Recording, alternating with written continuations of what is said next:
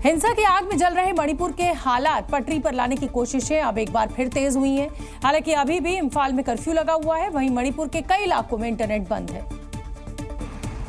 जबकि इम्फाल सहित तमाम इलाकों में सुरक्षा बलों का तगड़ा पहरा है। इस बार हिंसा की चिंगारी तब भड़की जब जिरीबाम जिले में नदी में तैरती 6 लाशें मिली, जिसमें 2 बच्चे और एक महिला की भी लाश थी। जिनकी लाश मिली उन्हें उग्रवादियों ने अगवा किया था। नदी के आसपास लाश मिलने की खबर जंगल में आग की तरह फैल गई। इस बीच खबरें आई बीजेपी विधायकों के घरों पर हमला हुआ। कई घरों में प्रदर्शनकारियों ने आग लगा दी, जिससे मणिपुर में तनाव और बढ़ गया। हालांकि इस बीच पश्चिमी इम्फाल जिले में 2 दिन के लिए कर्फ्यू लगा दिया गया और राज्य के कई इलाकों में इंटरनेट सेवा बंद कर दी गई। वहीं तनाव के बीच मणिपुर में 3 घटनाओं की जांच एनआईए को सौंप दी गई। गृह मंत्रालय के आदेश के बाद एनआईए ने जांच अपने हाथ में ले ली है।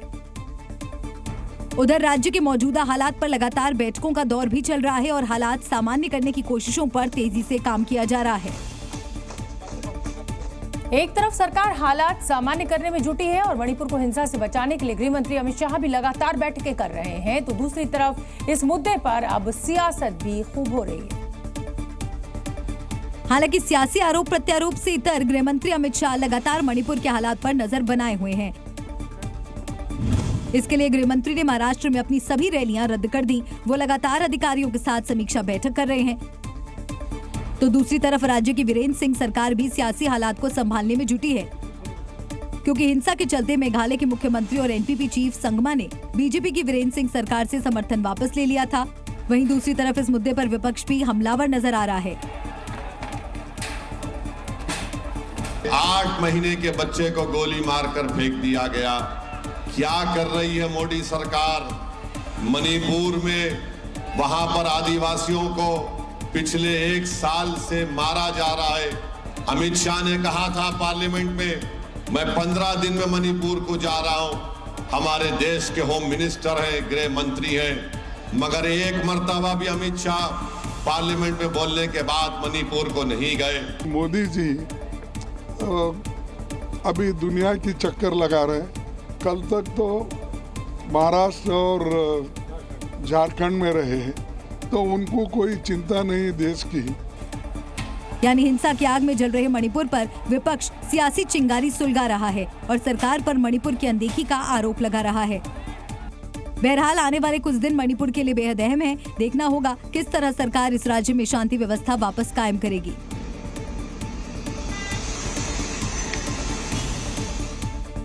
फिलहाल गृह मंत्री अमित शाह पूरे हालात पर लगातार नजर बनाए हुए हैं, लेकिन यहाँ पर यह समझना जरूरी है कि मणिपुर में आखिर हिंसा की वजह क्या है, कारण क्या है। दरअसल ये लड़ाई 2 समुदायों मैतई और कुकी की लड़ाई है। कुकी समुदाय जो है वो भी नाराज है मैतई समुदाय से। मणिपुर में मैतई समुदाय की आबादी लगभग 53% के आसपास है, जबकि 40% आबादी नागा और कुकी समुदाय के लोगों की है। इन 3 प्रमुख समुदायों के बाद मणिपुर में 7% आबादी दूसरे समुदायों की है। अब जरा मामले को गौर से समझिए। मणिपुर के जो मैदानी इलाके हैं इनमें मैतई समुदाय रहता है। मैदान में रहने वाला ये मैतई समुदाय या पहाड़ी इलाकों में भी रहना चाहता है, लेकिन कानून के मुताबिक सिर्फ एसटी को ही पहाड़ों पर रहने की अनुमति है। लिहाजा कानून से बचने के लिए मैतई समुदाय ने खुद को एसटी में शामिल करने की मांग शुरू कर दी, जिससे हुआ ये कि आदिवासियों को अपनी पहाड़ वाली जमीन पर कब्जा होने का डर सताने लगा। 2023 में जब ये सब कुछ चल रहा था, उसी बीच मणिपुर हाईकोर्ट ने कहा कि मैतई को एसटी दर्जा देने पर विचार हो रहा है। जैसे ही हाईकोर्ट का ये फैसला आया, नागा और कुकी समुदाय के लोगों ने सुना और वो फिर नाराज हो गए। अब 3 मई 2023 की तारीख की बात करेंगे, जब मैतई समुदाय ने प्रदर्शन की शुरुआत की। फिर अगले ही दिन यानी 4 मई 2023 को कुकी और मैतई समुदाय में झड़प हुई। यहां से अब कहानी बिगड़ती नजर आई।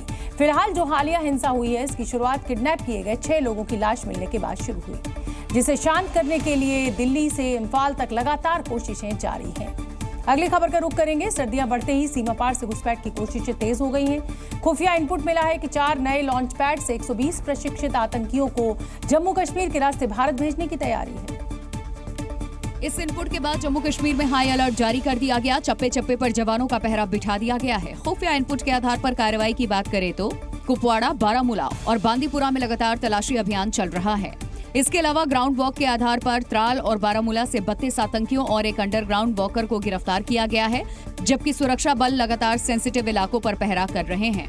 मैं आपको बता दूं कि बांडीपुरा, कुपवारा, गांदरबल, इनके जो ऊपरी इलाके हैं, जो जंगल है, पिछले 2 दिनों से तलाशी अभियान वहां पे चल रहा है और पेट्रोलिंग बढ़ा दी गई है।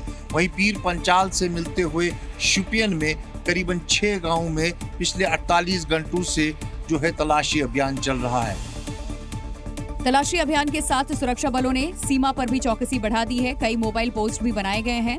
हमले के अलर्ट को लेकर जवान लगातार इन इलाकों में पेट्रोलिंग कर रहे हैं। दरअसल सर्दियां बढ़ते ही पाकिस्तान की तरफ से घुसपैठ की घटनाएं बढ़ जाती हैं। इनपुट है कि इस बार 4 लॉन्च पैड से घुसपैठ की साजिश रची गई है। फिलहाल सुरक्षा एजेंसियां आतंकियों की इस साजिश को नाकाम करने में जुटी हैं। ब्राजील में G20 की बैठक में शामिल हुए प्रधानमंत्री नरेंद्र मोदी। इस समय की बड़ी खबर हम आपको बता दें, अमेरिकी राष्ट्रपति जो बाइडेन से भी मुलाकात हुई है प्रधानमंत्री मोदी की। रियो दी जेनेरियो में बाइडेन से मुलाकात हुई है प्रधानमंत्री नरेंद्र मोदी की। ब्राजील में G20 समिट की शुरुआत हो चुकी है। प्रधानमंत्री नरेंद्र मोदी हिस्सा लेने के लिए यहां पहुंच चुके हैं और आज अमेरिकी राष्ट्रपति जो बाइडेन से उनकी मुलाकात हुई है। हालांकि अब कुछ ही दिनों के मेहमान है जो बाइडेन अमेरिका के राष्ट्रपति के रूप में। अब डोनाल्ड ट्रंप अमेरिका के राष्ट्रपति बनेंगे, लेकिन G20 में शिरकत के दौरान प्रधानमंत्री नरेंद्र मोदी की यह अहम बैठक हुई।